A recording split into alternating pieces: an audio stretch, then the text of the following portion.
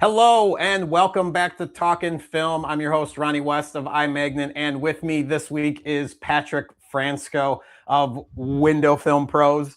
And so we are here to kind of discuss going to these different live events. There's a lot coming up here over the next month.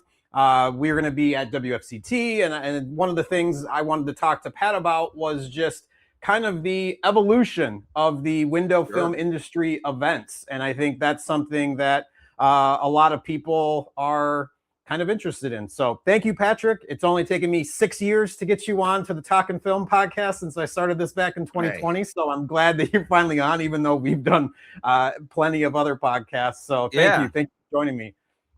No problem. Yeah, it's a great topic. And, with the shows coming up, I mean, it seems like there's more and more opportunities to go to different shows every year. So I think it's a great topic. And obviously in the next month, a little bit over a month, we've got 2 shows happening just over the next month.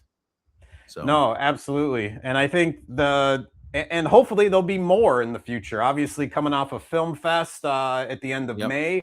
And I think that's something too that kind of, I went into what I took out of it from one of my previous episodes, but I think just for anybody, attendees, vendors, whether you're a window film shop, a distributor, or kind of like we are, whether it's kind of the auxiliary, whether marketing, I know insurance, there's lots of different pieces that kind of go into this community. And so one of the things that we kind of wanted to start off at was, what was your first window film event? Was it WFCT? Was it something else? What were your original takeaways, and what was kind of the scope of that event? Well, my first events in the industry, I used to work for a distribution company out of Ohio called Performance Films Distributing, which distributed Lumar, Vista, Formula One window film. And I started with them in the late 90s, like 99. And Performance Films had an event every year that they called the Performance Challenge. So this is going back over 25 years ago, starting in 99, 2000.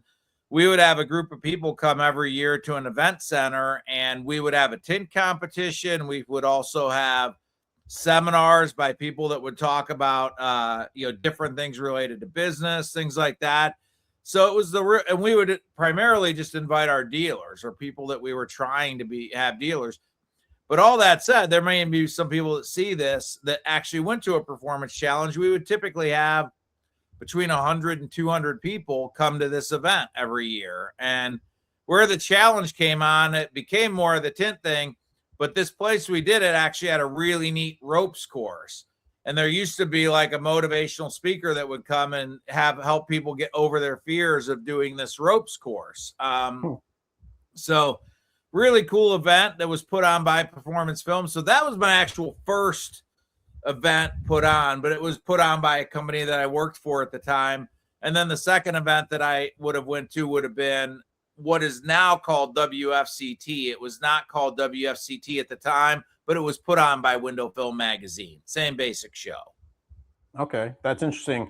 And so I think you're over 20 total shows now. You think you're approaching 25 total? Oh, yeah. I mean, because I really haven't missed a WFCT other than the year that I was sick. I really haven't missed a WFCT in well over a decade. So I've probably got 15 to 16 WFCTs under my belt, not counting Tinner Battles, not counting Film Fest, not counting any of the other type things.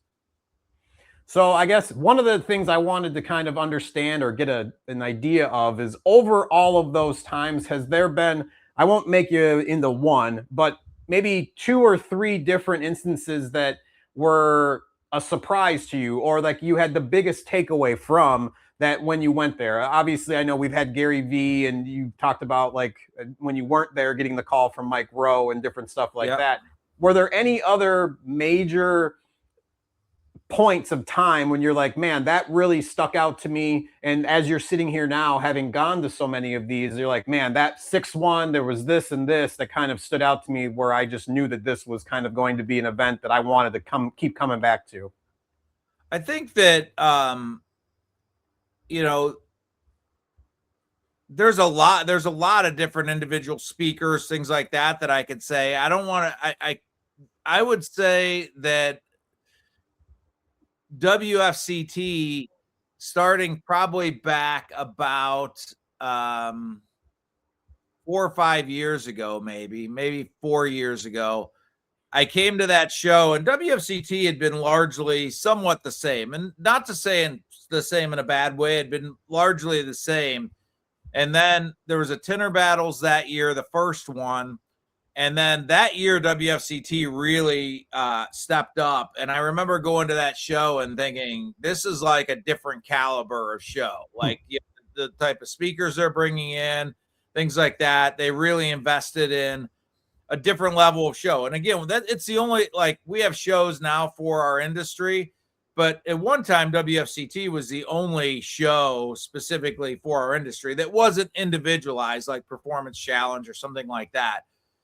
But again, it was always somewhat a steady trajectory, I would say. And then they really, I think, stepped up, and they got some, speakers like Gary Vee, Mike Rowe, people like that to come in, Shaun White, people like that. And there was a noticeable change in trajectory to the show becoming a much more higher end show. The size of the show became bigger. And I just remember that thinking, okay, this is, it was a really positive thing for our industry. And, in some ways, I think, Deb was moving in that direction anyway, but in some ways, I think, good competition always rises the level of everything. And I think, having things like Tinner Battles and things like that caused everybody to step up their game. And I would say those are the things I noticed the most. And I remember that show, I believe it was 4 years ago, and it was right during the same year that the first Tinner Battles was, where I really was like, okay, there's a significant change of level of the show. So we've got the show, it's coming up next month. And again, with your experience for the industry, whether, like I mentioned, whether you're a shop, a distributor, or kind of one of these outside companies that are involved or within the window tint community, sure. What are your biggest takeaways, or what are the biggest reasons that you feel somebody should be going to one of these shows? I probably know your answer, but I'll let you go ahead. I say this all the time, so you probably have heard it. Regardless of who's speaking at the event, regardless of the different educational sessions, regardless of the tint competition, the number one thing is the people. Go there to interact with the other people. There's very few times where you can go to an event and you're surrounded by a bunch of people that are in the same business as you. And many of these people are very open to having discussions about, what's worked in their business, what challenges they've faced, how they've overcome those, and things like that. So I think if you're on the quieter side and you don't like to really interact or socialize, I think you're really missing out on probably what I think is the biggest benefit of the show, is the opportunity to interact with other people and sort of, compare notes and really talk to other people. And I've been amazed over the years at the openness of people to talk, if you are genuine and asking questions and things like that. And I mentioned it last year in the show, one of the first WFCTs I went to, and, I, at that time, I was relatively new in the industry, and Tommy Silva was at the show with his wife. And I remember them spending time talking to me about, me being new to the industry and questions I had, and just investing time is what I really considered it. Because at that time, there was no two-way street. I had nothing I could give Tommy. It was all one way. I was the beneficiary and he was the one giving it out, and him taking the time to really invest in me as a person and answer those questions. And at that time, his business was already legendary. And, I look at that and I'm like, what chance would I have had under any other situations to sit down and have a one-on-one type conversation with a guy like that? That'd be willing to be as open as he was about how he grew his business. No, for sure. I would say the same thing of you. For me, back 4 years ago now, when we were at Virginia Beach, and that's definitely something that I've noticed. Like you said, to me, it is the people. Obviously, you can learn a lot of stuff from the breakout sessions and the speakers, and obviously seeing and playing around with the different films, because a lot of these companies are bringing something new to these shows, whether it's a film or a process or a software. And so I think there's all those different pieces that are kind of in play. But again, I would also have to say that it's the people, especially coming off of Film Fest, and that was kind of my first window film event on my own. Like, I've gone to a couple other little ones, and I think last year's WFCT, I kind of was comfortable in my own skin versus kind of like trying to fit, like, where is everything? Like, what are we doing? And that's what makes me so excited for this year is, one, I would say I'm like I'm an introverted extrovert, but I think kind of getting in and meeting more people, and we've joked about this, that these different events, it's almost like not a WWE, but essentially like a traveling circus or a traveling tour of like kind of the same group going to these different events and talking to essentially it's the locals shops that are in these areas where people are coming out. And that was what I felt was such a cool part of Film Fest, was that it was their first event, and for a lot of the people that came by. And that's what I'm kind of hoping for San Antonio too, is that there's going to be lots of people within the community where this is going to be one of their first events, and we get the chance to, as a vendor, be able to, and a presenter, to be able to kind of give them something and let them know, like, hey, this is an awesome community of people,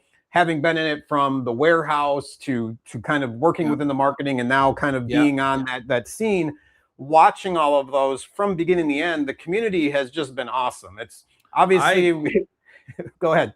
No, I was going to say, I agree. I think the community is awesome. I would say the best thing that somebody could do if they're going to the event for the first time is to, again, even if that's not their personality, be willing to put themselves out there, have lunch with somebody, like sit at the same table, start a conversation with somebody, things like that. And I think you'll find that reciprocated. I think people will, in the most part, I think people will reciprocate that and enjoy talking to you as well.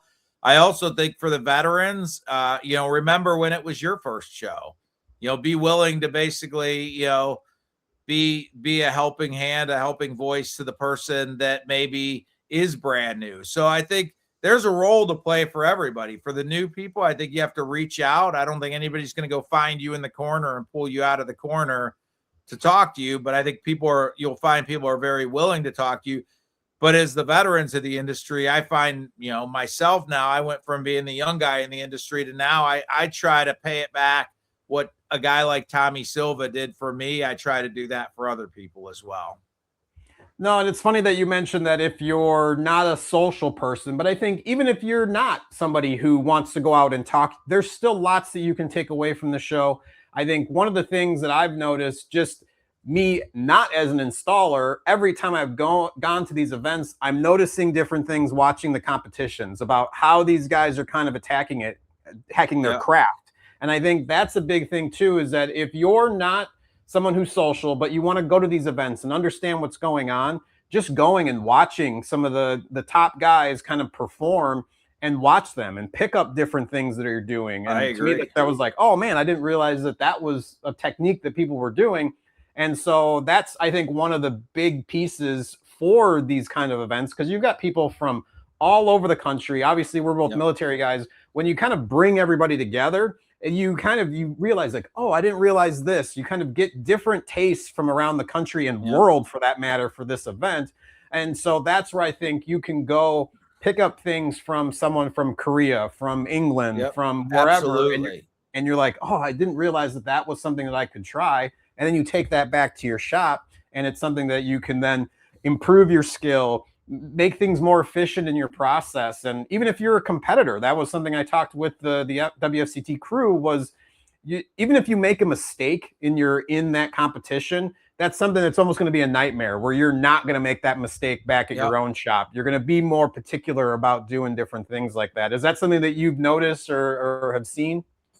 I feel like I agree with everything that you said with regard to the competition. And I feel like the worst thing somebody could do in any field, not just in window film, in any field, is to begin to think that they've got it figured out, that they know all the tricks, they know all the tips. I think what this allows people to do is get into a room with a bunch of other people that are always also very successful in the window film industry and realize that maybe that guy that is a really good installer does it completely different than you do.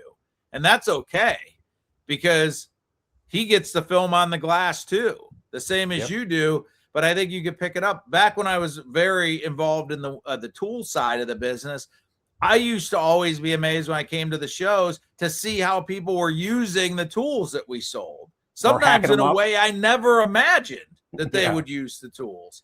So even though I wasn't competing, I would just pay attention to how they were using the tools. I'd be like, man, I never thought about using it like that or something like that. So I think if you spend time at the competition and just pay attention to, how different people are doing things, you're bound to leave with some good ideas, good things to take back to the shop and try yourself. Again, I think the competition, while obviously everybody's trying to lay down the perfect window for the observer, I think the great thing, or even somebody that's competing but observing when they're not competing, is just watching how other people do it, because there's always things to learn. And I find sometimes some of the newer people in the industry that aren't caught up in some of the old ways of thinking sometimes bring some of the newest, most innovative ideas to the installation game. No, absolutely. Speaking of new and innovative, obviously there's the educational sessions and stuff that happen. And so obviously, and we're obviously to you, maybe not to everybody that's watching, where you've presented how many years in a row now? Has at least 4, I know, if not more. Well, I missed the year that I was sick. So I was supposed to present that year, but I missed that year. But it's been a number of years, and I've also presented it at like different film manufacturers conferences and everything. But I've presented for a fair number of years at WFCT on and off. I'd say I probably presented there 8 to 10 times. Nice. And so I got to present during one of the like breakout training sessions, or like the classroom educational stuff that was on the floor, what was it, 2 years ago. But this year I'm lucky enough to share the stage with you to kind of discuss some of our presentation that we have as far as marketing goes. And I think even us as marketers, just like what you said a minute ago, that we don't know everything. And that's one of the reasons like that we go and try to pick up different things from other kind of training sessions. And I think, and I hope that people will show up. Hopefully we're not at the 8 o'clock in the morning slot, but I think that people that are heavily interested in growing their business and finding different ways outside of just the norm that we can hopefully help people with. And at least I think our tagline is what I forget specific. Oh, real versus robotic is kind of the title of our section. And I think one of the things, just like we've talked about, has been the people, and no different of getting that interaction from the different people. That's what you want to do as a shop owner with your local area, is actually have those connection points with people. And hopefully that's something that we're bringing, and hopefully that's something that people can learn from, not just from us, but from all of the different training sessions that are going on, whether it's marketing or different ones that are there. I think that's a big piece to these events too, is not only are you picking up techniques and connections with different people, but also the different skills outside of what you're really good at to get better at growing your business, which is hopefully what you're doing and the reason why you're at the show. I think some of those things are the soft skills, if you want to call it that, are so important. I just had the Window Film Pros van today at a shop to get an oil change. And the guy that owns the shop immigrated here legally from Serbia a number of years ago. And I got to tell you, from a skill set side, I didn't question at all his qualifications, but his soft skills were so excellent that it's like, that's my guy from now on. Like, I'm not considering going anywhere else. I mean, and again, I think sometimes we focus too much on, where the shop's located, the equipment the shop has, the technical expertise that's on a certificate hanging on the wall or whatever. But what I'm telling you, I remembered is this guy, how he interacted with me. And that had a bigger impact than all of those other things combined. I mean, I can tell you right now, I trust that guy inherently with the Window Film Pros van because I just am like, he's my guy now. No question about it. And it had nothing to do with some of the things I sometimes think we pay the most attention to. And we don't spend as much time thinking about the soft skills. And I feel like sometimes that can make the biggest impact. Oh, for sure. I think most people, when they're thinking of buying something, they're typically going to go towards somebody that they have a previous relationship with, or you have a level of trust, or that there's some sort of connection point that you have this relationship with somebody.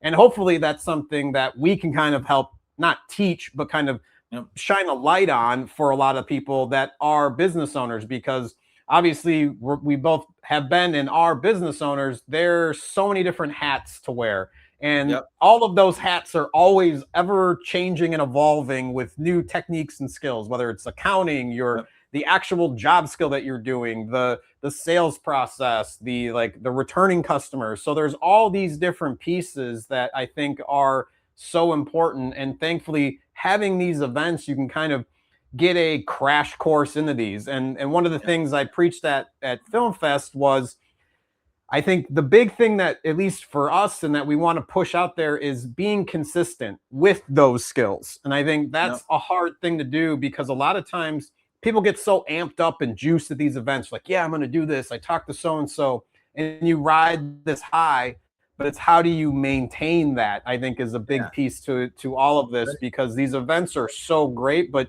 I think sometimes it's, you get that, the New Year's resolution, like, I'm going to do this. And then all of a sudden, a month later, you're not doing everything that you said.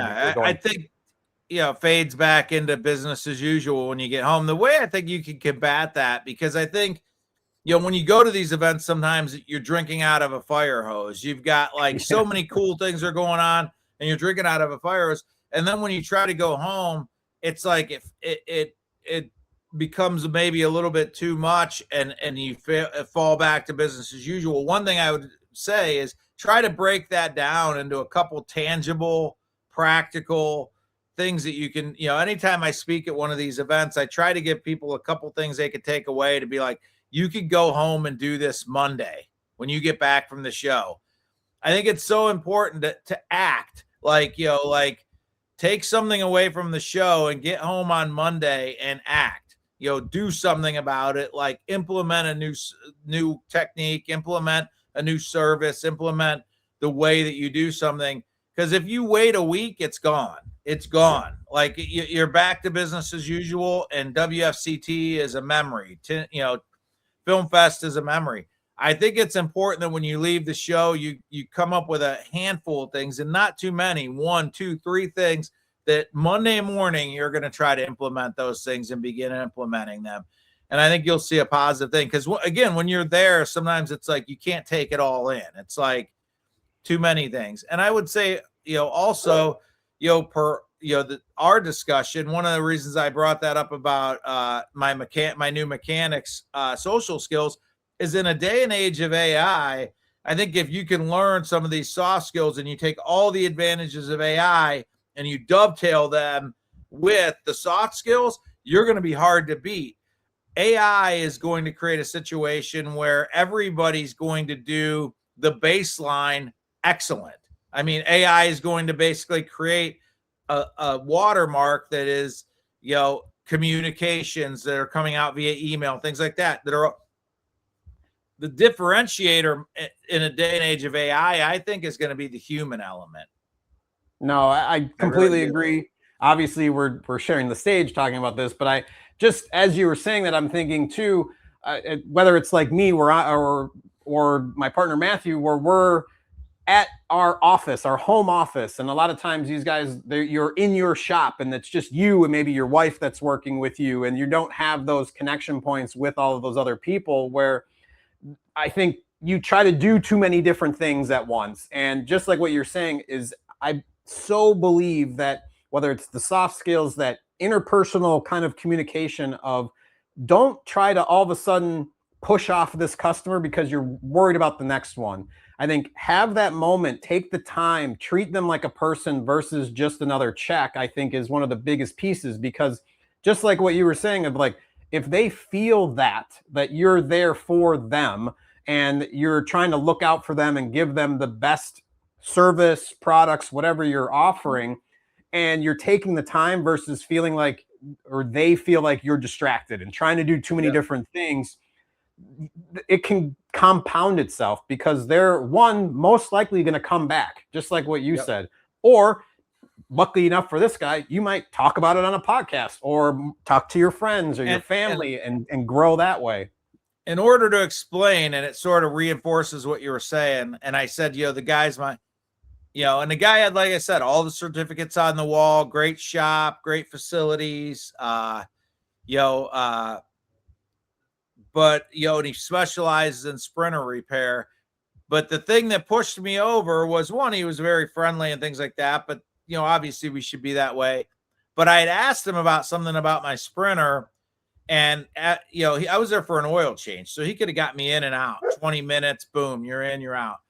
But he looked into what I had asked him about, and then he came up to the waiting area that I was at, and he's like, hey, come back with me. And he brought me back, and he had my sprinter up on the lift, and he took me underneath, and he showed me some different things and explained some different things to me.